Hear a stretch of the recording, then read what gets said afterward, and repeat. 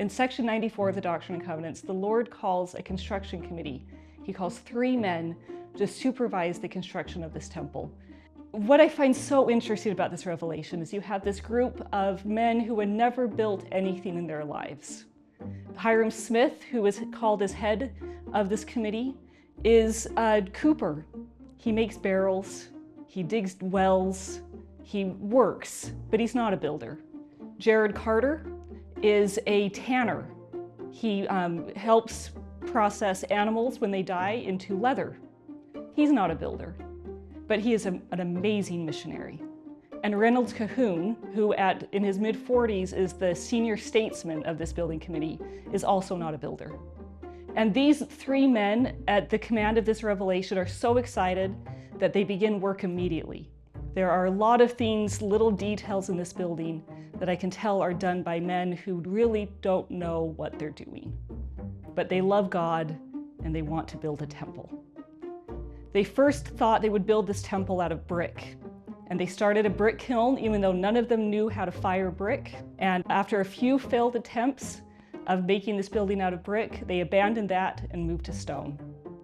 The trees were cut down from the forest right around this site and turned into the log floor joists and the tower and the finished wood and the pulpits.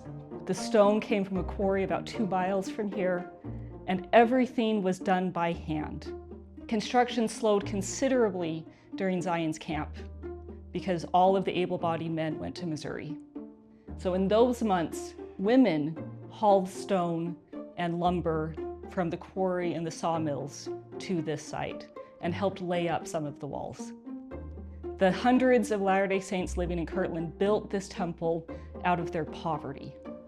And it was supervised by men who were just as unskilled as the common laborer. But they loved God and they were going to build. Brigham Young, who would go on to become president of the church himself, was actually trained as a window maker, a glazier. And so he and his brother Joseph made many of the windows in the temple. His brother-in-law, Truman O. Angel, was a finish carpenter. And Truman built many of the pulpits and the interior woodwork of this temple. Together, this was their first temple.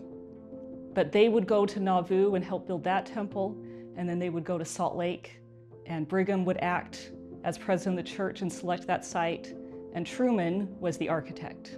And they continued that also as well in St. George. So in Kirtland, Brigham Young, Truman Angel, and many of these men learned the process of building a temple that they would then use to build the kingdom for the rest of their lives.